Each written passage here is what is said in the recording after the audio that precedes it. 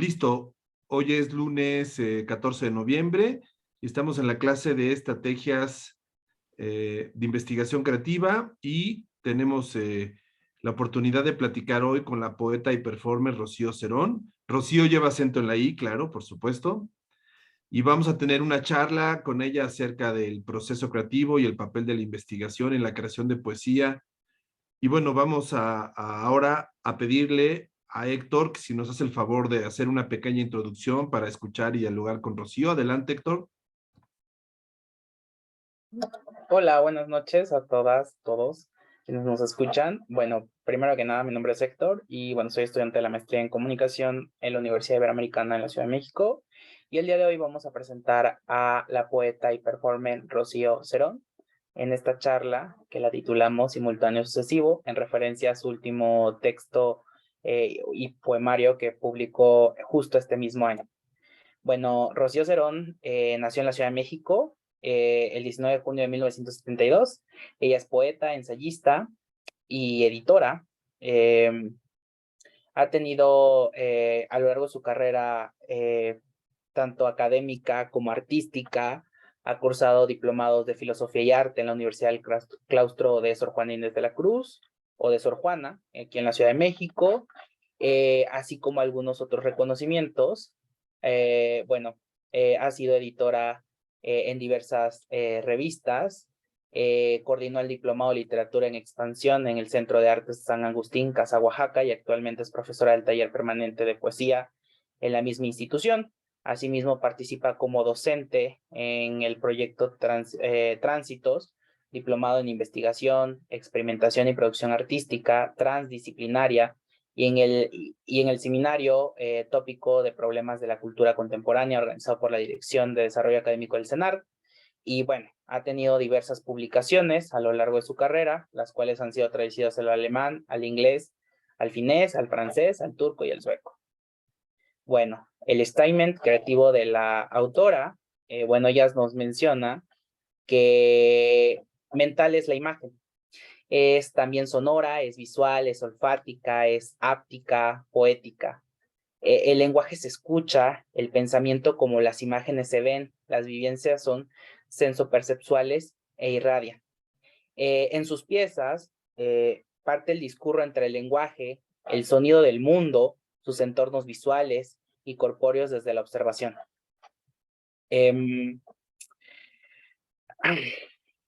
Su obra de esta autora y creadora, poeta, yace entre la circularidad del lenguaje y la linealidad de la escritura, entre el espacio de lo ondulado, de lo mítico y la línea de lo histórico.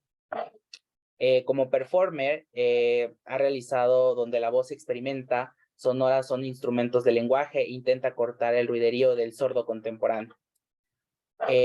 Bueno, hoy ella se va a presentar a partir de esto con el texto actual, que es Simultáneo Sucesivo, el cual lo acaba de presentar hace algunos meses, y pues básicamente es un poemario en el cual nos habla desde lo sonoro, atraviesa las experiencias vitales más sobrecogedoras, como la muerte, el olvido, la brutalidad del sistema, la pobreza, el desloque, entre otros. Y pues sin más, le damos la palabra a Rocío. Muchas gracias, Héctor. Muchas gracias, Samuel, por tu invitación. Y bueno, este libro de Divisible Corpóreo empieza con un epígrafe de Lucky, que dice: en el espacio cero del silencio, en busca del sonido. Ese espacio cero de ese silencio que en realidad contiene ya todos los sonidos. Ese espacio que en realidad es todo el vacío o ese punto debajo de la escalera, que es el Aleph borgiano, y que con eso inicia este libro. Una serie de puntos de especulaciones tipográficas que son el Aleph, que son esos puntos que están ahí en ese Aleph borgiano, y que después cerrarán el libro cambiando la idea de la observación por la escucha. ¿Cómo escuchamos el mundo? ¿Cómo nos los preguntamos? Pues tiene que ver con, igual el primer poema de este libro, dice: desde todas las orillas, en la corriente más íntima, pulverizado por la brisa, en la arena de una playa ajena, en el canto del petrel, en la nota única que permanece en las manos como resabio de aquel inicio aquí, terrestre y solo el punctum. Y es ese punctum, ese punto, ese espacio debajo de la escalera borgiana, es ese punto que está en algún lugar de nuestras casas, en algún lugar de nuestros espacios, desde donde comienza toda la confluencia del universo. Es un espacio simultáneo, sucesivo, paradójico, porque simultáneo y sucesivo se supone que no podría pasar, pero sucede. Es un espacio también profundamente metafórico, profundamente simbólico, y en el cual estamos todo el tiempo construyendo y construyéndonos, ¿no? Las maneras en que leemos las cosas que nos rodean, en el que leemos también a quienes nos rodean y cómo nos estamos de alguna forma construyendo esas relaciones, estamos entablando una interlocución con las personas, con las cosas, con el mundo, y también qué nos dicen, qué nos cuenta el mundo.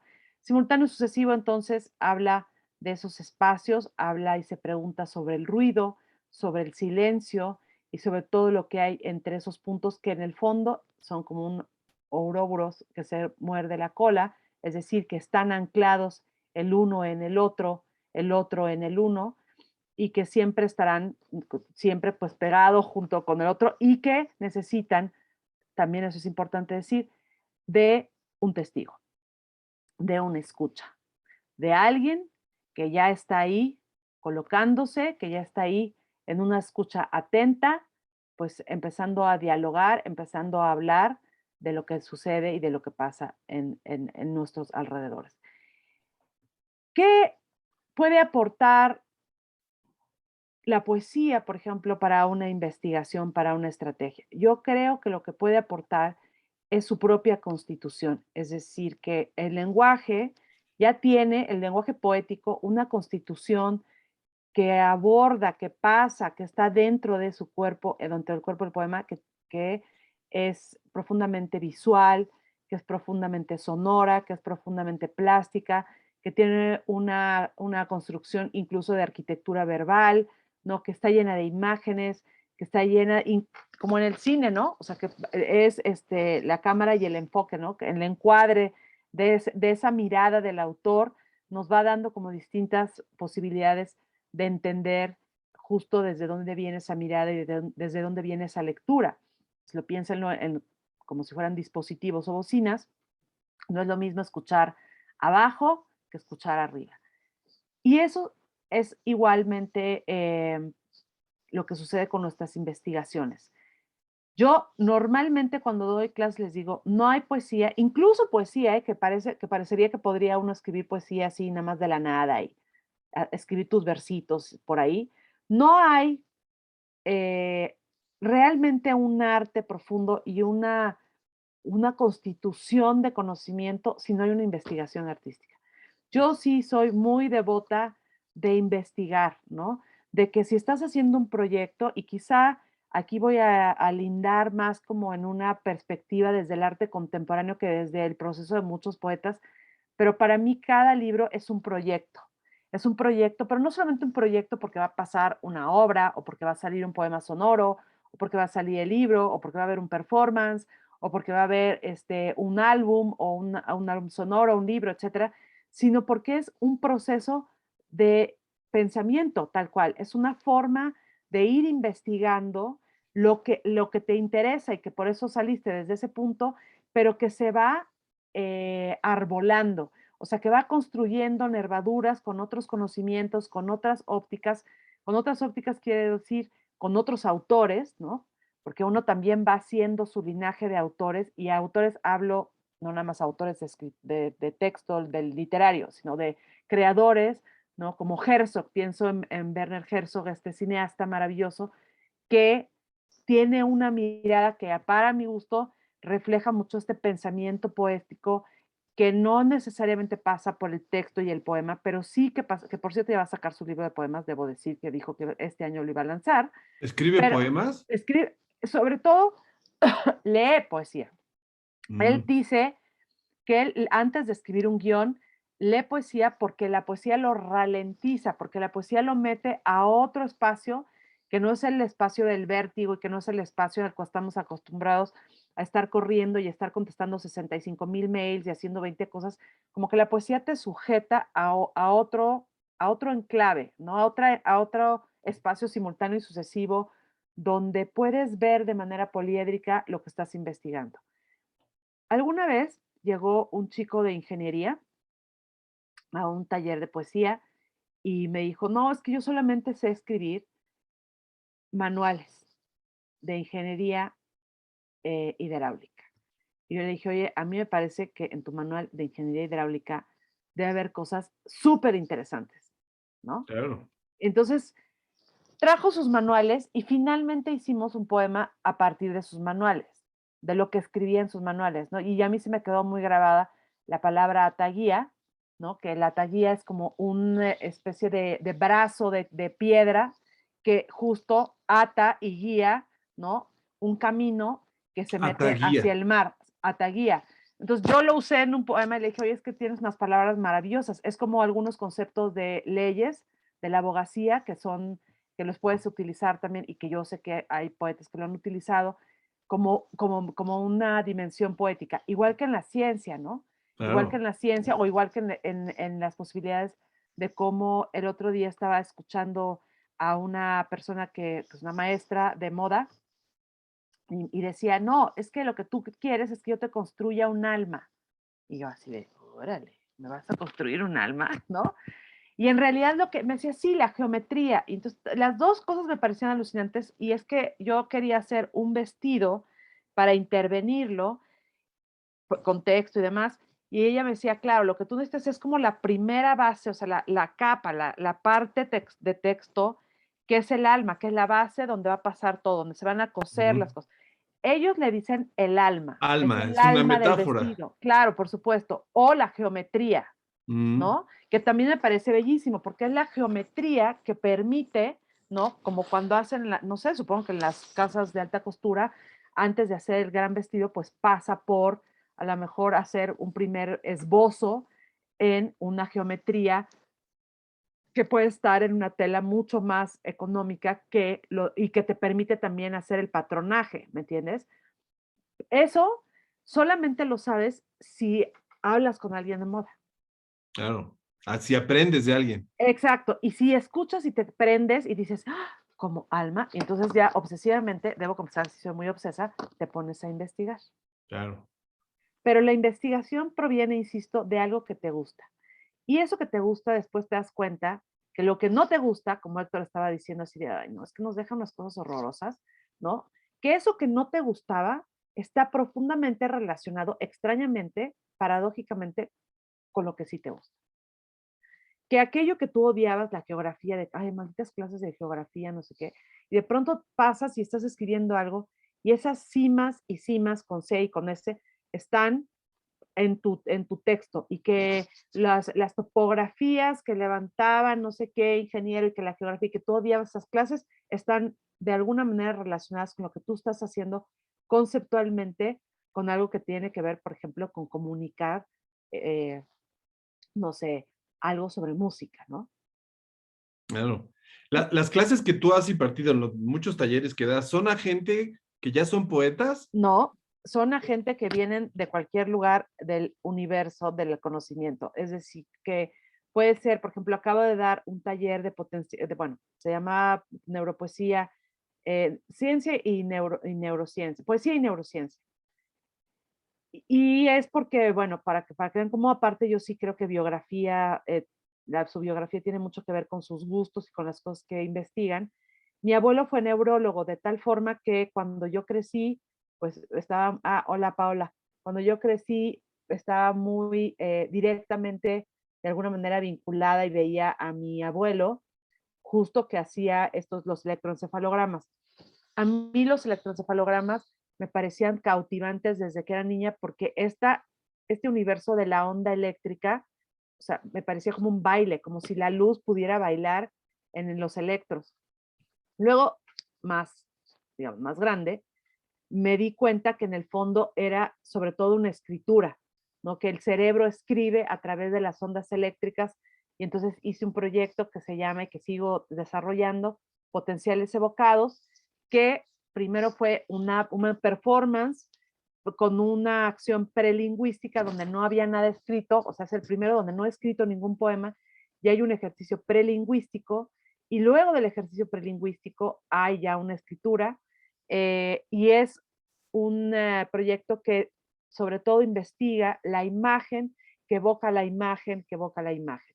Es decir, la imagen de infancia, que es una fotografía de infancia, que al evocarla en un electroencefalograma, ¿no? Genera una Se imagen. hicieron, exacto, generó una escritura, una serie de imágenes de estas ondas eléctricas y que a su vez yo evoqué, ¿no? La imagen de infancia con esas ondas del electro para hacer un performance. Esto es un video que de hecho fue el video que seleccionaron, que yo dije, bueno, pues esto tiene que ver con la fotografía porque parte de la fotografía hice un statement, o sea, como autojuratorial de mi propia obra, lo mandé al Centro de la Imagen, a la Bienal de Foto, y lo seleccionaron entre los 25 obras a este video. ¿Por qué? Porque en realidad la investigación aparte que es profundamente, pues muy fotográfico, ya lo verán, les puedo poner un fragmentito, tiene que ver con que parte de una imagen y que es la investigación de esa imagen fotográfica a imagen eléctrica y escritura eléctrica, a imagen del cuerpo, pero también a una imagen poética que está todo el tiempo pulsando de alguna manera en la investigación. Entonces, esa infancia se convirtió en esta serie que a su vez después se convirtió en una exposición con videopoemas, con poesía sonora, con fotografías y con una serie de poemas que sí escribí ya en algún momento, pero que no quería yo develar textualmente, entonces los mandé y que me pregunto también sobre la idea de los códigos, me interesa mucho como la ruptura de los códigos o cuestionar los códigos o poner los códigos de otra manera y entonces el poema existía pero de manera en braille. O sea que si tú no sabías leer en braille, no la podías leer, pero la podías tocar. Y entonces toda la experiencia de la exposición se convirtió en una experiencia inmersiva y multisensorial sobre la idea de los potenciales evocados. Los potenciales evocados no es otra cosa que una serie de pruebas médicas que se hacen, sobre todo a niños o a personas que presentan algún tipo de dificultad para observar, para escuchar, y entonces les ponen estrobos o les ponen como ciertos ruidos. Digo, hay muchos potenciales, también hay del tacto, etcétera, pero los más usuales son o sea, para mirar o para observar y para escuchar, y te ponen los electroencefalogramas y la respuesta, el tiempo de respuesta y los lugares de respuesta que tienen los 64 electrodos en la cabeza le permiten al doctor, al médico, al neurólogo, saber si hay un problema y en qué área del cerebro está el problema. En los potenciales evocados experimentales, que es un poco como lo que yo hice, son ciertos dispositivos o estímulos los que te permiten de alguna manera establecer como estas evocaciones, estos recuerdos o estas respuestas, ¿no? A través de un estímulo específico y que en mi caso fue la imagen, de la imagen en la imagen, que es lo que yo digo, ¿no? De la imagen en la imagen. Así. Entonces, ¿el encefalograma es tuyo? ¿Tú Sí, te claro. conectas No, los no, no diodos? yo. No yo. Me apoya el Instituto Nacional de Rehabilitación, que llevo años trabajando con ellos, entonces he hecho varias piezas con ellos cada tantos años, desde hace ya como desde el 2016 y antes, como 2014, me he estado haciendo electros, en los cuales con esos electros yo voy haciendo las piezas y ya las últimas piezas en los videos pues ves el electro y ves las lecturas del electro de lo que está pasando ahí. Y ese electro se ha convertido ya en una de las materialidades de la propia imagen del video, ¿no? Mm. Pues, ¿cómo es que de alguna forma estás creando y vinculando eso pequeñísimo que era una foto de infancia hasta las piezas de poesía sonora, las piezas de investigación sobre el electro, las piezas de sonoridades, hasta preguntarse, por ejemplo, y lo quise hacer con los poemas en braille porque justo estaba haciendo la residencia en la biblioteca de Guanajuato para hacer potenciales evocados cuando me metí a la sala de braille y vi a un señor estaba leyendo así. O sea, leía y entonces yo tuve la imagen como si de su cabeza, ¿sabes? Se levantaran como hologramas, ¿me entiendes? Y dije, y se le movían, o sea, tenía los ojos cerrados, bueno, yo los abrí, pero tenía los ojos cerrados y se movían como si estuvieran en rapid eye movement, ¿no? O sea, el señor estaba imaginando, pues, en su cabeza y moviendo esto como en una suerte de En movimiento, trance, de casi. trance de lo que estaba leyendo, ¿me entiendes? Entonces me di cuenta y dije, claro, nosotros levantamos de manera holográfica, o sea, tridimensionalizamos en el cerebro las cosas que leemos y las cosas que pensamos, las cosas que sentimos, y a veces no nos damos cuenta que en el fondo, y eso también me interesa, toda narrativa personal es tan real y tan ficcional como la creamos. No lo digo yo, también lo dicen los neurólogos, que es todo lo que tú sientes es responsabilidad tuya, porque tú la crees. O sea, si tú crees el miedo que te dan, o sea, son cosas que tú crees, son parte de ti.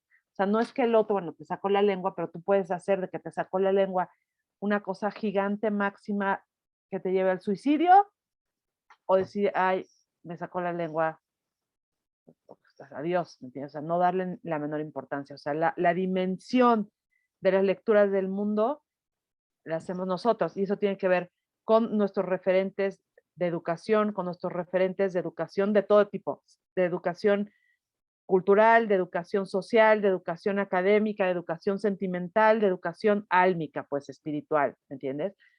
Entonces yo creo, por eso, que el conocimiento, o sea, el conocimiento en general, sus vinculaciones, como si fueran redes tróficas de un bosque, pues esas mismas redes de conocimiento a ti te van a permitir entender muchas cosas del mundo y de ti mismo. Eso no quiere decir, ojo, porque dicen, el arte va a salvar el mundo. No, el arte no va a salvar el mundo. Y el conocimiento puede o no hacerte mejor persona. Esa también es otra falacia, que el conocimiento te hará una mejor persona para la eternidad, no lo sé. Pero te hará más consciente, sí. Y que la conciencia puede hacerte mejor persona, también. Que la conciencia puede hacerte alguien como Jung, que termine diciendo, ya me aventé todas las investigaciones del inconsciente colectivo y saben que ya me voy a mi casa, con permiso, me voy a ver mi lago desde mi casa y mi torre circular, también, ¿me entiendes? Pero, pues como el periplo, yo siempre he pensado eso, como Ulises, el gran periplo, pues es el viaje. O sea, el periplo del viaje del conocimiento es el gran viaje en realidad. Entonces, cuando alguien me dice, no, es que de algunos, lo digo porque algunos alumnos dicen de pronto, es que nos hacen leer mucho. Y yo digo, pues es que no leas nada más libros, perdón. O sea, hay que hacer un lector 360 grados que estás leyendo lo que estás escuchando ahorita en tu estudio o en tu casa, ¿no? Que es el ventilador, o si no hay ventilador, el ruido de tus hermanos o el ruido de lo que está pasando afuera de tu casa, pero también es, ¿no? El sonido del celular que te está tintineando, también es ese ruido mental que tienes en tu cabeza, que a veces puedes acallar, que a veces no, ¿no? O que son esas Bueno, preocupaciones. en tu caso, se nota que tú pones mucha atención a todo eso y lo tratas de llevar a los poemas. Ah, por supuesto, porque yo trabajo en capas. O sea, a mí me gusta, una de las cosas que me ha dado el sonido, y por eso soy absolutamente fan del sonido y de investigar sobre el sonido, es que el sonido, a diferencia de los ojos, no te miente. O sea, normalmente no te va a mentir, porque piensen ustedes cuando se han ido a los estudios Universal, yo me acuerdo cuando subí hace miles de años luz, bueno, no tantos, tenía como 30 años, pero Back to the Future, al cochecito, y yo estaba segura que me estaba cayendo al abismo, y decía, no, o sea, no hay abismo, pero mis ojos veían que yo estaba cayendo en el abismo. Entonces, ¿sabes? Tenía hasta ganas de vomitar. O sea, físicamente mi cuerpo respondía a lo que mis ojos le estaban mandando, que era, estás cayéndote en un abismo, en el espacio. Y mi ser consciente decía, no te estás cayendo a ningún abismo, en ningún espacio, porque estás en los estudios de Universal y todo esto es mentira. Pero Ujú. mi cuerpo y mis ojos respondían como si estuvieran respondiendo solos en esa dimensión de que los ojos creían que de verdad nos estábamos cayendo y Y el con el sonido. sonido, la apuesta es que No, es que el sonido es 360 grados, Tu Samuel. cuerpo se va a otro lado, tu mente viaja, tu mente evoca. Tu mente evoca, tu cuerpo está en 360 grados, la mirada llega hasta aquí, o sea, en lo que mira el radillo, la escucha no. Piensen por qué el radio no ha desaparecido, por qué estamos ante un auge del podcast.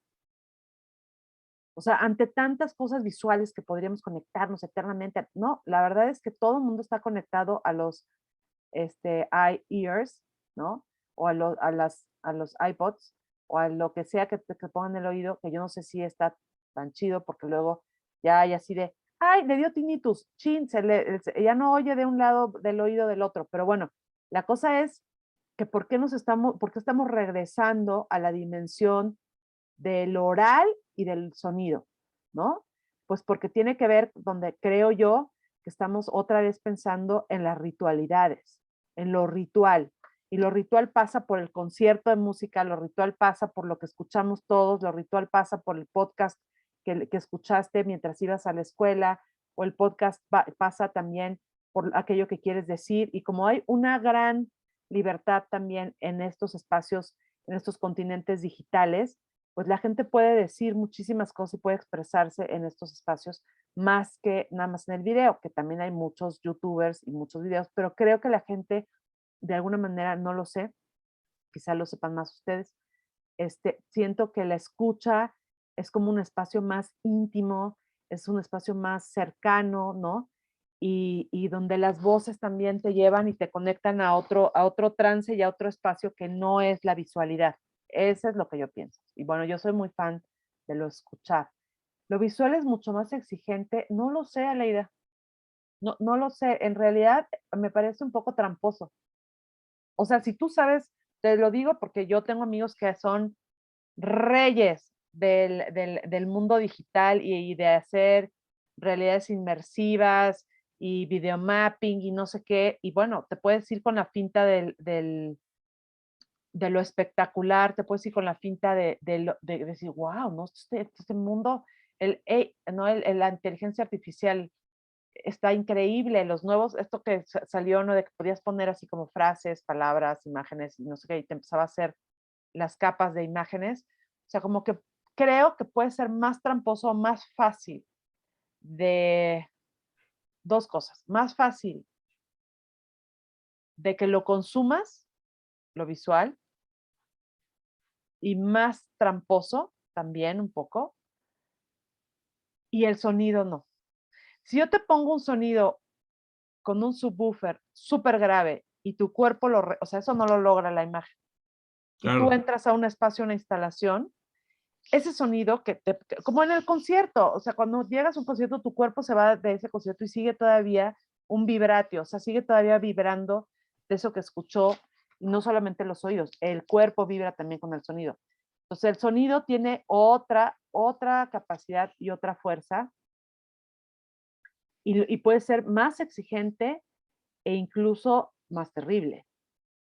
O sea, yo creo que el sonido puede ser más terrible, ¿no? Porque la imagen, estamos ante una cacofonía visual tan terrible y tan, o sea, bueno, tan eh, absolutamente invasora, que hay un Y todo el momento tiempo donde el ves ojo, imágenes. exacto, que hay un momento donde dejas de verlo, pero si tú escuchas ciertos ruidos, es como cuando la colectividad se quedó traumada con bueno, seguimos traumados un poco, con la alarma sísmica.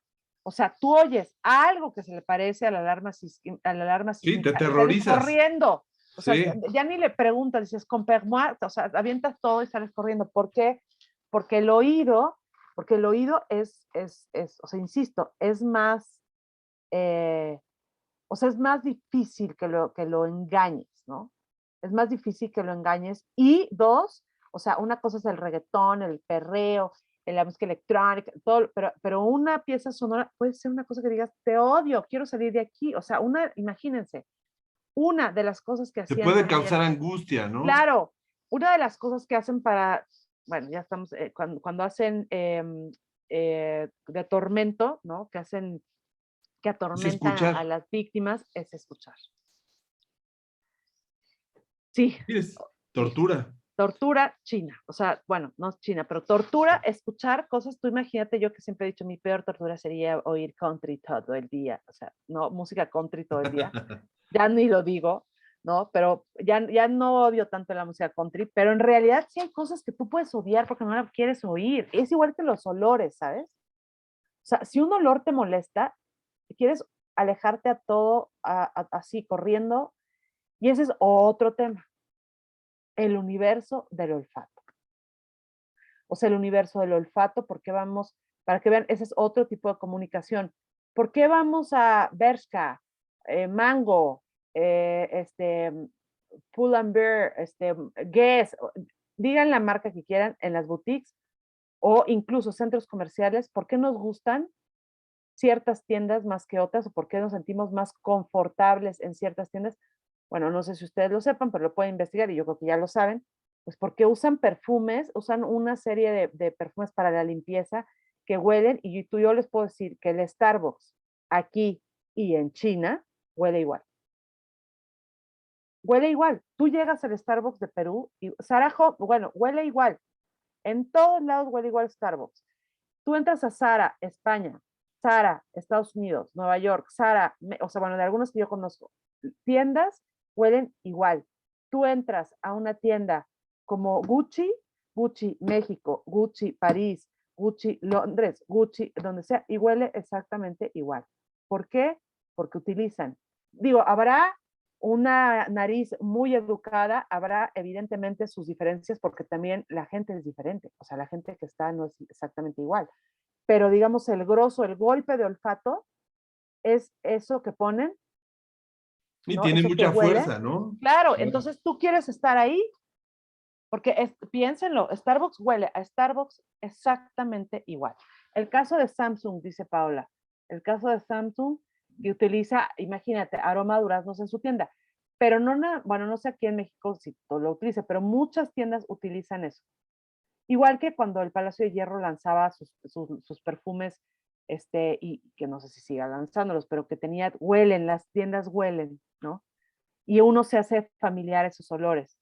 Y esos olores también comunican algo. Igual que la Claro. moda, igual que también la fotografía o los sonidos, ¿no? Sonidos que nos hacen sentir como si estuviéramos en casa. Música. Las tribus que se hacen están también en esa dimensión dentro de la música, dentro de lo que se escucha. Es como en los bares, ¿no? Tú quieres ir a un bar donde escuches música que a ti te gusta y donde hay una comunidad que tú supones que son cercanos a ti, que son tus pares, peer to peer, dicen en Estados Unidos, peer to peer. Tú quieres estar con tus pares o lo que supones tú que son tus pares, ¿no? Entonces, hay maneras de comunicación materiales e inmateriales para crear eso. Y todo eso se investiga. O sea, todas esas cosas se investigan y hay cosas que nos hacen sentir confusos, que nos cuestionan y que de pronto decimos, ay, no, es que la odié, o sea, no me gustó. Bueno, quizá hubo algo bueno, pero no, la verdad que no me gustó. Yo suelo causar así cosas así que la gente dice, me encantó, está increíble. Y de pronto me dice, es que no entendí nada. O sea, no entendí Sí. nada, nada. Este performance que hiciste, no entendí nada, pero sí me gustó, pero no entendí nada. No tienes que entender nada. Y por ejemplo, en ese caso, eh, no sé, yo no les he preguntado a Leida, a Paola, a Héctor, pero quizás sería bueno escuchar. ¿Qué tanta poesía leen ustedes? Ellos están obviamente formándose más en línea de investigación en comunicación, pero Yo creo que yo tengo años sin leer poesía. O sea, un libro específicamente de poesía, tengo muchísimo tiempo de... digo, No. escuchamos de alguna manera o leemos poesía, como ya dijo Rocío, en la publicidad, en el rap, en muchas artes musicales, ¿no? Implícitamente, pero no formalmente. En tu caso, Héctor, Sí, en mi caso sí leo poesía. Bueno, a mí siempre me ha gustado la poesía. En algún momento, digo, ahora que leí el libro de Rocío, me acordé de en algún momento, cuando estaba creo en la secundaria, quería ser escritor. Ahí está, ya Y ves. justo encontré un poema que le había escrito a mi mamá. Entonces ahí por ahí está guardado en algún espacio. Y yo creo que la poesía es una forma muy bella de representar el mundo. O sea, creo que es esta oportunidad que nos da para de lo común ver lo mejor de eso común. Entonces, sí, a mí sí me gusta leer y sí la leo constantemente. El último, creo que el libro que leí se llamaba Cántaro de Rosas, creo. No recuerdo el autor ahorita, pero a mí sí me gusta la poesía. Muy bien, ¿tú, Paola? Sí, igual. Los últimos que he leído son de Pablo Neruda, que es como el poeta que más me gusta leer. Y pues igual en mis momentos, mis ratos libres, hago como el intento de hacer poemas, pero sí es como algo muy complejo. O bueno, yo admiro a las personas que sí se dedican de lleno a ello por todas estas metáforas, todas estas relaciones y el uso del lenguaje que tienen, como es demasiado vasto. Bueno, y en tu experiencia, Rocío, tú que te has dedicado ya tanto tiempo a formar, a expresar poéticamente, la gente espera entender las poesías, muchas veces la experiencia es lo que vale, ¿no? El juego del lenguaje, la experimentación sonora, como tú dices. Me acuerdo mucho del libro, bueno, el primer libro que leí fue cuando tú obtuviste el premio, ¿fue el premio Aguascalientes? El Gilberto Owen, el Premio Nacional Gilberto Owen. Exactamente, y me acuerdo que utilizabas muchos conceptos, muchas palabras de la geología. Y de la paleontología también, ajá. Y exactamente, y es un poco la experiencia que me imagino, como acabas de decir, algunas personas que lean esos poemas tratan de encontrarle un sentido a la primera, ¿no? Que no necesariamente lo tienen. No, yo creo que hay muchos tipos de poesía y que hay una poesía que le exige también al lector, como yo siempre digo, hay una musculatura, ¿no? O sea, tú tienes una musculatura que te lleva a poder ver mucho más allá de lo evidente, tienes un oído, como la música, pues haces músculo para poder seguir investigando. Pero quería compartirles nada más, que este es como mi manifiesto, así como Héctor puso eh, mi statement creativo, este es mi manifiesto así, que lo tengo hace como, no tantos años, hace como 8 años o 6 años, y que me gusta y quería enseñárselos. Nada más, es un video, dura 1 minuto y medio, 2 minutos. Y se los Venga. quería poner, dura 2 minutos, así que está bastante leve. Y que creo que responde a varias cosas. Y esto no es nada más para los que quieren ser poetas. En realidad, como que lo que de alguna manera, y por eso yo creo que Samuel me invitó, es porque a mí lo que me interesa es un pensamiento interdisciplinar, es un pensamiento, hagas lo que hagas, seas banquero, economista o el dueño del carrito de los hochos, que entiendas que tu pensamiento interdisciplinar, complejo, asociativo, puede hacer que el mundo se vuelva un universo mucho más rico y mucho más interesante. Ahí les va. Gesto. Movimiento de una mano. Suspensión.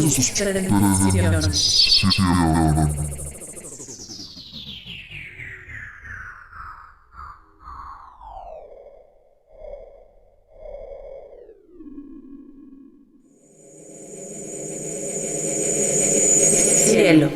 La página. El cuerpo. Lugar posible. Espacio donde lo subjetivo y lo objetivo, los contrarios, abren la atención.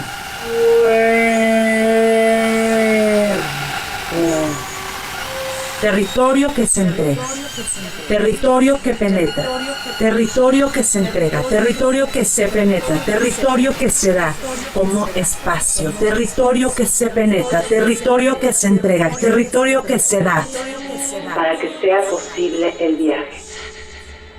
Todo está concatenado. Gesto, signo, mirada, cuerpo.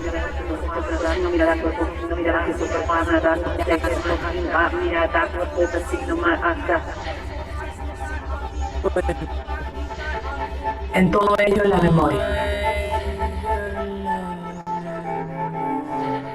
El mundo, sus sonidos. nos regresan a nosotros mismos. Escucha el viento, la fragilidad de las burbujas, la lengua y su fuerza sublingual. Aquí se trazan voces, se canta el mundo.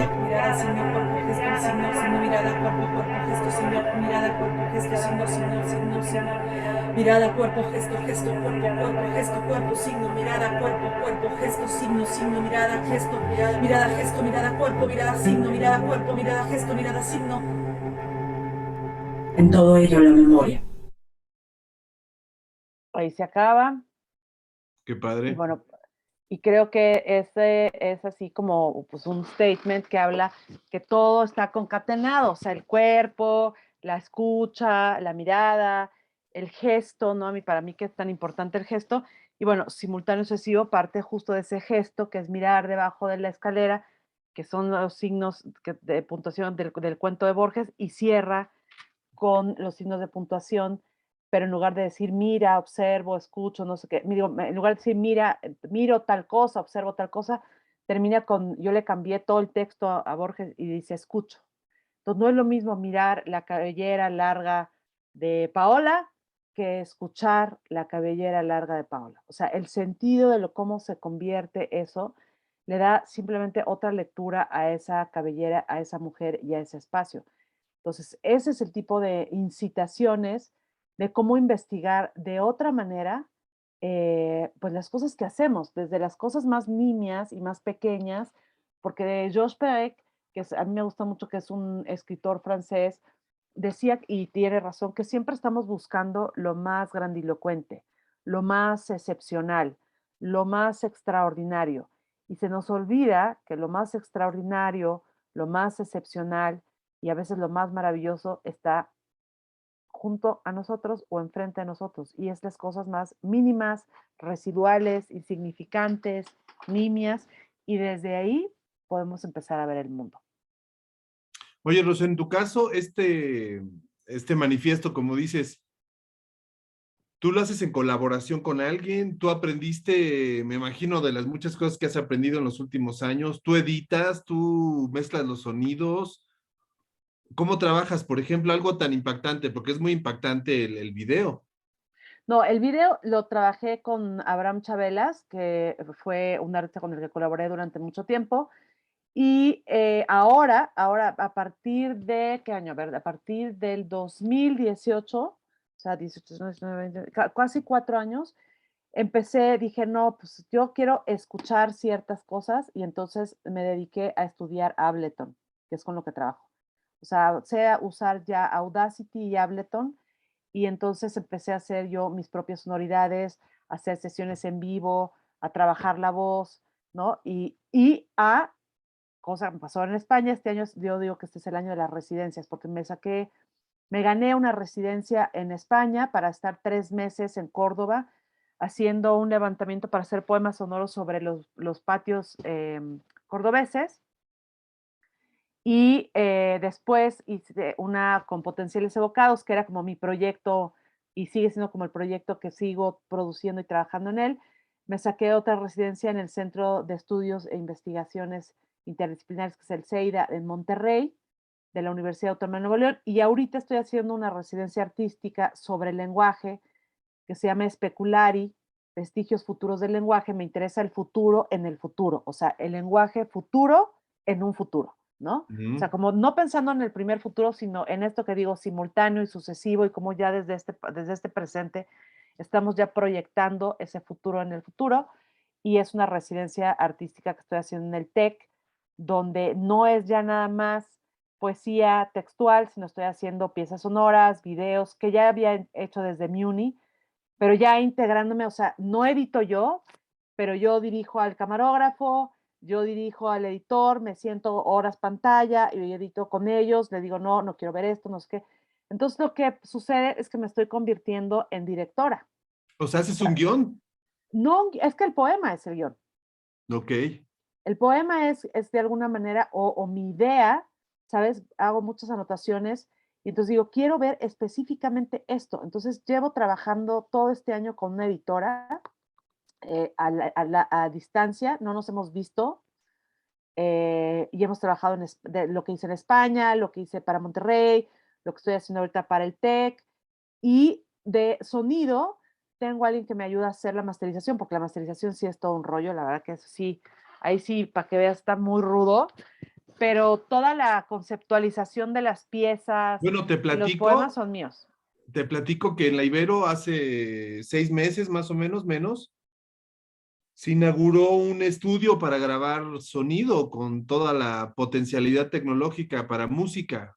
O Ah, sea, eso que está padrísimo. si te animas, podrías Invítame, grabar acá, yo voy. sin pagar nada y aprovechando ahí la tecnología que está disponible para que la uses creativamente. Pues sí, porque la realidad es que a veces lo que nos falta, bueno, a mí, pues es todo el equipazo, porque, Ahí pues está, no. hay un estudio para grabar lo que es instrumentos que quieras, su voz, lo que gustes, Ah, ahí bueno, nos pues podemos poner de acuerdo. eso está increíble. Y la verdad ¿Sí? es que sí, sí, yo creo que el año que entra, Potenciales Evocados va a tener como varias salidas. Insisto, hay unas piezas sonoras que todavía no he Y trabajado. acá, yo creo que acá también podemos encontrar algunas personas que les guste todo este tema Claro, de experimentación, que quieran hacer video, que quieran hacer animaciones, no lo sé. claro, porque de eso se trata. O sea, la idea de poder hacer una residencia en una universidad o de poder trabajar con personas en una universidad es que no, por ejemplo, no sé, en el TEC estoy haciendo unas piezas en resina y tengo a una chica que está estudiando ingeniería en materiales y entonces, bueno, pues yo no voy a estudiar ingeniería en materiales, ¿verdad? Porque pues no. Pero lo que aprendo de ella o lo que aprendo de la de moda, o lo que aprendo de la gente de comunicaciones, pues es increíble porque el bagaje de conocimiento es pues una de las cosas que a mí más me gusta. Entonces, siempre ese diálogo, ¿sabes? Hace que se enriquezca el proyecto y el proceso creativo. Y yo creo que eso siempre hace que las comunidades de saberes, ¿no? Se enriquezcan mutuamente en trabajar con un artista o en trabajar con alguien, con un especialista que te permita, ¿no? Lo que te permite el arte, a diferencia, por ejemplo, de un maestro especializado en comunicación, en semiología o lo que sea, es que las otras formas de ver el mismo hecho o la misma experiencia te va a dar como estudiante también otras maneras, otras estrategias para vincularte hacia tu propia búsqueda de investigación. Claro, es un trabajo interdisciplinario donde, a ver, ¿tú qué miras? ¿Cómo miras el amanecer?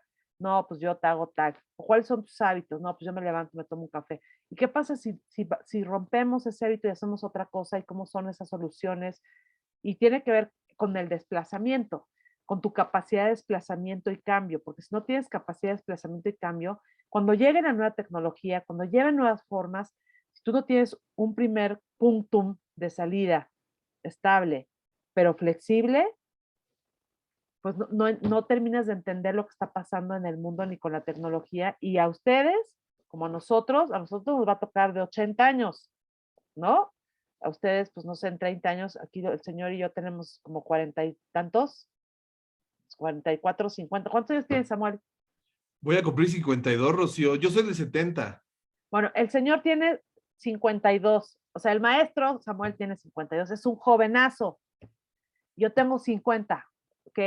Y yo sigo sintiendo la juventud así de, ¡yups! Y yo creo que es el mejor momento para seguir investigando. Y por eso, por ejemplo, Ableton lo aprendí a los 46 años.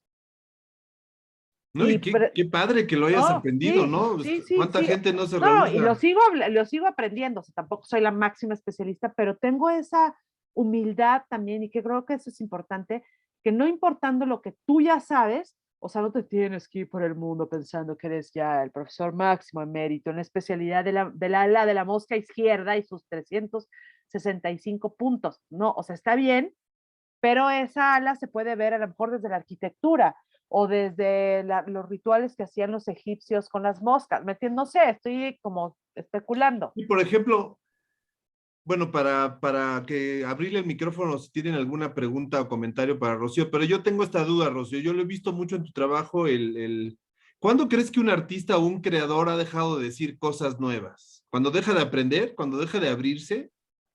Yo creo que sí, yo creo que a veces uno se repite, eso es verdad, ¿eh? Y no, yo también incluida, o sea, a veces uno se repite porque estás viendo como desde el mismo enfoque y del mismo encuadre. Cuando tú te das cuenta y empiezas a decir, no, pues tengo que investigar por otros lados, tienes que tener la capacidad y la humildad de saber que te puedes equivocar. Ese es el primer punto, equivocarse, errar. Y a lo mejor te equivocas 20 veces y a lo mejor en una de esas vueltas, o quizá una de esos errores es en realidad lo mejor que pudiste hacer y es una super obra maestra. O sea, Picasso, las señoritas de Aviñón les parecía a muchos de sus contemporáneos una aberración. Y lo que Picasso hizo fue cambiar profundamente la historia de la pintura occidental. Héctor tiene una pregunta. Sí, yo tengo una pregunta. Particularmente para ti, Rocío, ¿cuál ha sido de tus obras la que más consideras que te ha costado trabajo realizar o materializar? Y si eso tuvo que ver en relación a tu investigación la investigación previa para poder realizarla. Yo creo que ahí sí te contestaría que cada libro tiene como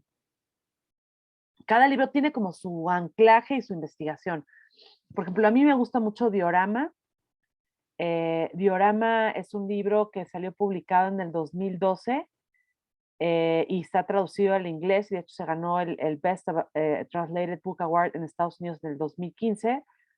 Y es un libro que es una investigación. O sea, es un libro que partió de la obra de Hélio Itichica, que es un artista brasileño, y que de la investigación de Hélio Itichica y de lo que significaba, por ejemplo, la figura de Cristóbal Colón y de lo que significaba la violencia y el lenguaje en nuestro país y de lo que significaba un término que Sueli Rolny, que es una crítica de arte brasileña, dice que es el cuerpo vibrátil, ¿no? Fui construyendo. Es un libro que también se encontró con la fotografía de Dulce Pinzón, que hace unas fotos increíbles, y que le escribí un poema, un largo poema, toda la parte final del libro se llama Cuerpo Vibrátil, y tiene una parte que se llama Sonata Mandala al Ave Penumbra, y es una fotografía de un ave que a mí me parecía, porque es un libro profundamente político, aunque no yo no te digo que es profundamente político, pero este poema, Sonata al Ave Penumbra, tienes una foto de ella que es un pájaro azul, una cabeza de un pájaro azul en un palo, en un pequeño palito de madera, y que estaba de hecho en la exposición que yo vi, es medio escondido en un nicho, y a mí me parecía que era como justo lo maravilloso y lo terrible de lo que estaba pasando en el país, ¿no? De un país profundamente colorido, profundamente brillante, etcétera, pero descabezado, y literalmente descabezado porque fueron como los años 2011, etcétera, que se encontraban muchísimos descabezados y cuerpos colgando en los puentes, y bueno, era como 2010 a 2011 que lo escribí, 2009, ¿no? Todos esos años en que había pues muchísima violencia, que sigue habiendo, pero de otras múltiples maneras. Y entonces escribí ese libro, y ese libro habla sobre eso, y habla sobre la orfandad, y habla sobre el tiempo, y es un libro que a mí particularmente no me costó, pero sí, digo que cada uno es una investigación. Esa le fui armando como todo su corpus de ensayístico, pero bueno, esa es una cosa, una perversión mía, pues. O sea, yo escribo ensayo, entonces para mí es muy importante el cuerpo conceptual y el cuerpo ensayístico de la investigación, ¿me entiendes? Entonces, ese es, por ejemplo, un ensayo que hice. Luego, Imperio, que es un libro sobre la guerra, pues es un libro que me costó también mucho trabajo, porque tiene que ver con la guerra y con los territorios palestinos, israelíes.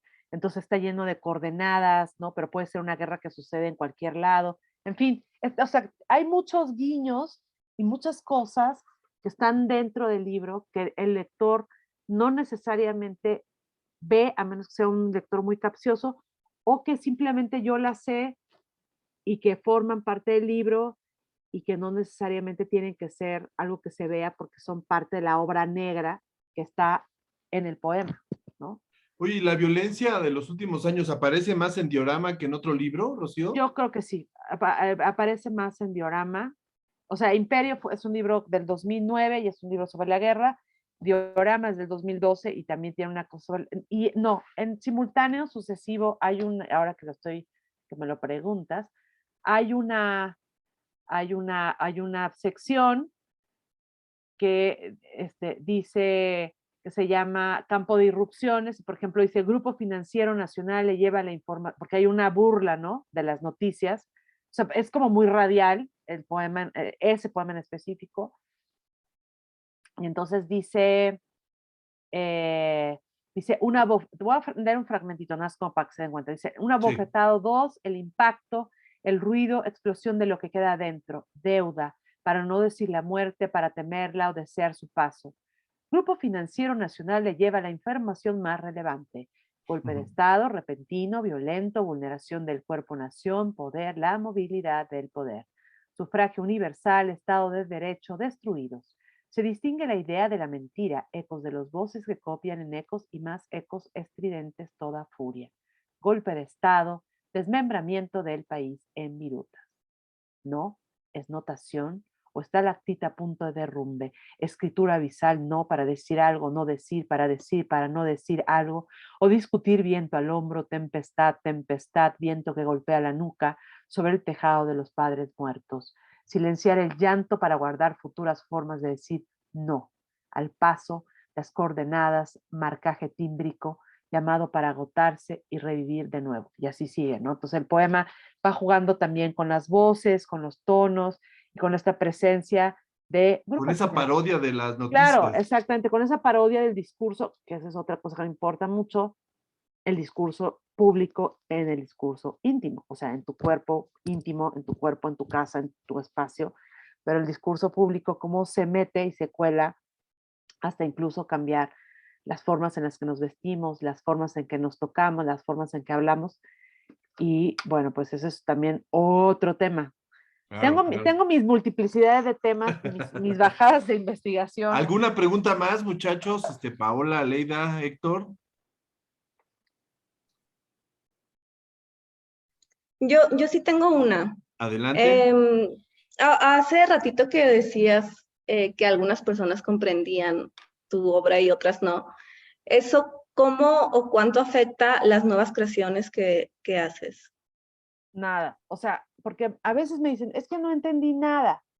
Y luego, ¿me entiendes? Y luego digo, no te preocupes, resonará. Y resuena, porque después me las encuentro y me dicen, oye, es que fíjate que me quedé con el ave, con esa ave, y entonces tengo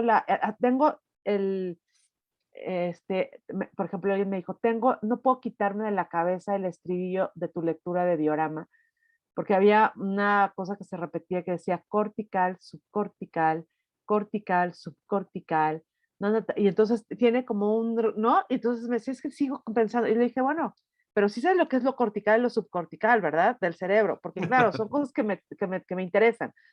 Entonces, no, en realidad no, en realidad lo que me interesa es como de pronto, hoy justo estaba hablando con el chico que me masteriza, que se llama Fabián, y Fabián le decía, es que la gente a fuerzas quiere entender que algo sea, o sea, quiere como una hiperlegibilidad, ¿sabes?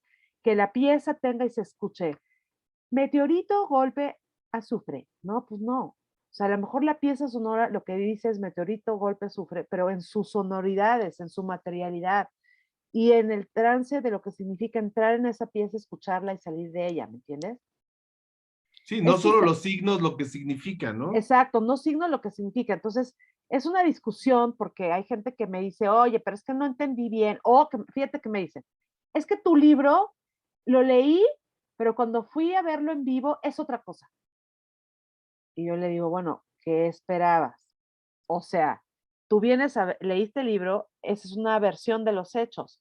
Si vienes a ver un performance en vivo, con voz, con músicos, etcétera, no es el libro. Claro. Es el esquirlamiento, o sea, hazte cuenta que se atomiza el libro en un universo donde incluso podría haber solamente un verso o nada y ser la misma fuerza que está en los poemas y en ese libro, pero simplemente en su sonido y en su puesta en cuerpo conmigo como performer ahí. Claro, la experiencia. Es la experiencia, entonces como que ahí sí no, como no me preocupa mucho, ¿sabes? Como que cuando alguien me dice, lo entendí perfecto o no, le digo, bueno, pues si lo entendiste está bien y si no, pues tampoco pasa nada. Pero la gente no se queda tendría que haber un performance en vivo o entrar a algunas piezas, porque no te quedas incólume. O sea, si hay algo que está en el cuerpo, en la puesta en voz, en los poemas, en lo que dicen, que te conmueve. Te conmueve para bien, te conmueve para mal, te conmueve con odio, te conmueve con amor, te conmueve porque no sabes qué está pasando. O sea, no te deja igual, pues. O sea, yo Claro. sí creo que hay cosas, que lo que estoy haciendo es un trabajo que te permiten, como como Divisible Corpóreo. Divisible Corpóreo que espero que lo tengan prontamente, Sí, algún más pronto de momento. lo que pensaremos. Exacto. Es un libro que habla sobre la pandemia, pero en realidad no es exactamente sobre la pandemia, es sobre estar en un espacio íntimo que es tu cama, y en esas montañas y en esos abismos de lo que significa estar contigo mismo, en ti mismo. Y todo el mundo cuando digo, pues en ti mismo, contigo mismo, sin que estés chocholeando, como le digo a mi hija, sin que estés tontoleando en el celular, o que estés perdiendo el tiempo, o haciéndote así, o esquivándote de la realidad, o sea, te haces preguntarte, ¿qué estoy haciendo conmigo? O sea, ¿qué está pasando conmigo, no? Entonces creo que, pues es importante pensar, reflexionar sobre esto, sobre todo porque una de las cosas que nos dejó la pandemia es que tú eres responsable de todo lo que te pasa, para empezar, o sea, emocionalmente, como ya lo dije, y la neurociencia también lo afirma, pero sobre todo tienes la fortuna y la libertad de seguir respirando, de estar vivo y de hacer con tu vida lo mejor y más entretenido y más chingón que puedas hacer con ella. De acuerdo. Eso creo ¿Alguna que... pregunta más, muchachos? Bueno, Bueno, pues a mí, vamos. perdón, maestro, me Sí, gustaría conocer la opinión de Rocío acerca sobre como este debate que existe con las ciencias formales, podríamos decirlo, como la matemática, la física, química, por mencionar algunas, y sobre este debate principalmente de que el arte no hace investigación, en el sentido de que no tiene como esta cuestión de un método cuantitativo específico a como lo podrían realizar las ciencias exactas. Pues sí, pero es que no puedes, mira, muchas de las grandes ideas de las ciencias provienen, por ejemplo, de la literatura o provienen de algunos ejercicios artísticos. Eso para empezar. Por otro lado, yo creo que sí, aparentemente no tienen una metodología, pero eso es mentira, porque eso para mí la metodología es la poética. O sea, tú tienes una poética de construcción de los poemas y de un discurso estético, de un discurso que de alguna manera conjuga toda una investigación. Y en lo cualitativo, pues sí, no puedes hacer un experimento y decir, ah, sí, es que curó a 5 personas de cáncer, ¿no? O sea, a lo máximo que puedes decir, no, es que a la gente que tiene Alzheimer le lees poesía y pues nos tiene una cierta mejoría, ¿no? Porque tiene que ver con el área de Guernica, ¿no? Que de alguna manera las áreas del lenguaje, ¿no? Pueden funcionarle a lo mejor alguien que tiene un proceso de Alzheimer, que le lean poesía y que vincule, digamos, o se active en esas áreas, ¿no? De Broca y Guernica. Pero sí hay una metodología y eso es la poética. O sea, si tú lees poéticas, yo que soy fan de las poéticas, de cómo es que escribía T.S. Eliot, o de cómo es que escribía y qué se preguntaba Ezra Pound, hay algo de matemático, hay algo de filosofía, hay algo incluso de biología, o sea, de biólogo, hay una serie de miradas sobre el mundo que no están tan alejadas de la ciencia. Y yo creo que hoy en día lo que estamos viendo es que cada vez más la ciencia y el arte están empezando a hacer como relaciones conjuntas y por eso tú ves como MIT, ¿no? O los Media Lab, donde hay espacios, laboratorios, donde la gente de ciencia se vincula con la gente de poesía o con la gente de artes visuales o no sé cómo se llama que tiene un nombre, que es un lugar, 12, no sé, es un lugar como no sé si tienen un reactor o que invitan a artistas a que de alguna manera imaginen, piensen, etcétera, y especulen obras a través de la ciencia y de energía nuclear. ¿Me entiendes? Porque todo está concatenado. O sea, yo Claro, sí puede haber creo mucho contacto ahí entre estas muchísimo, disciplinas. muchísimo contacto, ¿no? Cuando yo digo esquirlar, atomizar, o sea, estoy atomizando la poesía. ¿Qué cosa más inmaterial es la poesía? O sea, el lenguaje es profundamente inmaterial y tan material que por eso tenemos las frases como te dijo una frase lapidaria. Y esa frase lapidaria, tienes 30 años, 40 años y todavía dices, no, sí, es que cuando mi mamá me dijo, mi tío, mi Te abuelo, mi marca, primo, claro. te marca así como si trajeras aquí, me tienes en la espalda, cargando la Oye, piedra del Rocío, y sigla. ahorita de tus contemporáneos más jóvenes o quizá de tu generación, ¿quiénes son los poetas que te gustan o que tú recomendarías a alguien que se acercaran? Además de tu obra, obviamente, tu Pues trabajo. fíjate que yo creo que hay muchas autoras, mujeres que están escribiendo cosas muy interesantes. Pienso en Marisela Guerrero, en Elisa Díaz Castelo, que también hace cosas con ciencia. Está también Mónica Nepote, que tiene una investigación sobre el cuerpo y que aparte sube montañas, o sea, que hace senderismo. Está Amaranta Caballero, que es de Guanajuato, y que Amaranta dibuja, por ejemplo, tiene toda una cosa sobre los pájaros, tiene un diario Oye, de ¿cómo se pájaros, llama tiene nuestro miles de amigo de pájaros. León? ¿Te acuerdas nuestro amigo de León? Bueno, esa es una maravilla. Eduardo Padilla. Eduardo Padilla. Eduardo Padilla es una chulada. Y ya estaba Ángel Ortuño, pero Ángel se nos fue, Ángel se nos murió, pero Eduardo Padilla también es como un genio loco, pero es que escribe poesía y hace música, porque también hace música. Está alguien como Horacio Guarpola en Querétaro, que trabaja con la inteligencia artificial y hace videos, y gente que está como vinculada como con el lenguaje y la música y hace cosas que a mí me gustan. También a artistas que trabajan con lenguaje como, digo, no es tan joven, pero como Lozano Hemer, como Rafael Lozano Hemer, que tiene o que parte muchas veces del lenguaje para hacer piezas, ¿no? O Amor Muñoz, que también hizo un proyecto muy bonito, que le mandabas una serie de poemas y te hacía bueno, en impresora 3D unos meteoritos, porque lo que hacía es que leía el poema y el poema con un software lo que lo convertía como en un meteorito en una forma geométrica y ella hacía ese meteorito en una impresora 3D y te lo mandaba a tu casa y tiene la colección de poemas y de meteoritos que fue generando con ese proyecto. Y bueno, está Tania Candiani, que también trabaja con lenguaje, estuvimos juntas en la escuela, en la SUGEM hace 1500 años, todo el tiempo está trabajando con lenguaje, con texto, con palabras, y pues de ahí me podría ir Lucía, hay una chica que se llama Lucía Hinojosa, que escribe poesía y es artista visual y toca la guitarra, ¿no? Y así hay varias, o sea, yo creo que estamos en un momento muy rico de exploración donde la ciencia, las humanidades en general, están vinculándose con las ciencias, con las matemáticas. Por ejemplo, entonces tú conociste a Luis Blacayer, ¿no? Sí.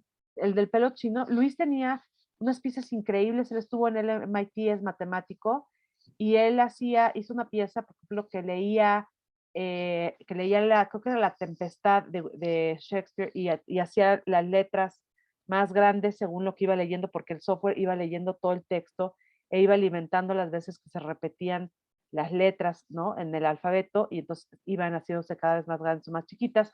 O hizo una especie de pianola, de pieza como de pianola, que lo leía el software con la puntuación de Alicia en el País de las Maravillas. Órale, qué Entonces, padre. o sea, hay Oye, como muchos y de ejemplos los de eso. poetas ya más de generaciones anteriores, no sé, ahora que se murió Huerta, David Huerta. Fíjate que yo, de David, lo que más me gusta y que me parece increíble es Incurable y Cuadernos de Noviembre. O sea, son como, pero eh, uno de mis favoritos, y yo creo que hay que leerlo, es José Carlos Becerra, Claro. que a mí me parece un gran Batman. poeta, ¿sí? José Carlos Becerra, un poeta que me parece que su poema es absolutamente interdisciplinar, y así lo enseño yo, que es Canta un Dios Mineral de Jorge Cuesta, ¿no? Ujú. Sor Juana, que acabo de hacer una pieza sonora que se llama Negros Vapores, con 12 voces de mujeres, que es una relectura del Primero Sueño, o sea, esquirlé, así le quité versos al Primero Sueño y organicé, o sea, hice un nuevo poema, y ese poema se llama Negros Vapores, y con eso se lo mandé a 12 mujeres, me mandaron su voz así por el celular, grabada, como en sus posibilidades, y trabajé la pieza con Fabián, y es una pieza muy barroca, en el sentido que es muy electroacústica, pero tiene un corazón ahí barroco, ahí que está ahí. Oye, Rocío, y Eduardo Milán, ¿qué opinión tienes? Ay, no, a mí Eduardo Milán también me parece buenísimo, y hay que leer no solamente sus libros de poesía, pero sobre todo sus textos. Sus ensayos. Sus ensayos. Claro, sus ensayos, porque es quien trae a México a autores como, pues, Perlonger. O sea, es Milán quien acerca, digamos, toda la poesía que se hace desde 1940, 50, 60, de autores como Perlonger, como, híjole, bueno, Montalbetti es más joven, pero como estos autores de Chile, Argentina, Zurita. O sea, muchos Claro. autores llegaron a México gracias a la lectura y a los textos que escribía Eduardo Milán en Vueltas. Oye, y este poeta que falleció también hace 3, 4 años, el que era muy gordito, ¿cómo se llama? De Vuelta, del grupo ya grande. Vuelta, Ajá. que se murió, no Ay, sé soy muy quién. malo para los nombres, se me olvida, pero bueno. Que también escribía así una poesía muy provocadora. Ah, bueno, tú hablas de Gerardo Denis. Gerardo Denis, sí, claro, él. Bueno, Denis. Bueno, yo creo que Gerardo Denis es el ejemplo perfecto de alguien que escribe desde la ciencia, porque él era biólogo, y luego, y ni siquiera se llama Gerardo Denis, se llama Juan Almela, y él estaba, o sea, él es un científico, bueno, no, nunca fue como totalmente científico, pero él estudió ciencias y terminó en la poesía. Entonces, Una poesía brillante. sí, tiene una poesía brillante, abstracta, misteriosa, de pronto un poco hermética por momentos, pero que me parece profundamente importante. Y yo creo que una de las cosas que está haciendo cosas, bueno, que es de neurociencia, que acabo de comprar este libro, se los enseño, es Antonio Damasio. Antonio Damasio es un neurólogo, ese se llama Sentir y Saber, pero tiene el libro El error de Descartes y el extraño orden de las cosas, que habla justamente, pues, de todas estas relaciones de cómo pensamos y de por qué pensamos ciertas cosas, y de por qué algunas cosas que pensamos que son súper ciertas no son ciertas. Y siempre hay que pensar que no todo lo que pensamos que es súper cierto es cierto, y que las cosas siempre pueden cambiar. Así es. Pues muchas gracias, Rocío, por Ustedes, concedernos este tiempito. La verdad, una maravilla escucharte. no, ustedes, Ojalá nos muchas veamos gracias. pronto para convivir un Sí. ratito. Ya tiene mucho que no te veo, así que Sí, nos te mando vamos un a encontrar. abrazo.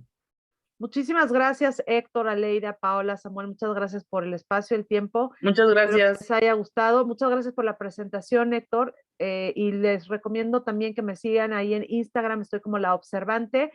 Y que se metan a la página rociocerón.com. Hay muchísimas piezas, libros descargables, etcétera, que pueden ahí tener. Y ya prontamente tendrán por ahí unos libros. Exactamente. Gracias. Muchas gracias. Que descansen. Gracias, Buenas Rocío. noches. Gracias. Buenas Hasta luego. noches. Gracias. Bye, bye. Descansen. Bye, bye. Gracias. Bye. Bye. Bye.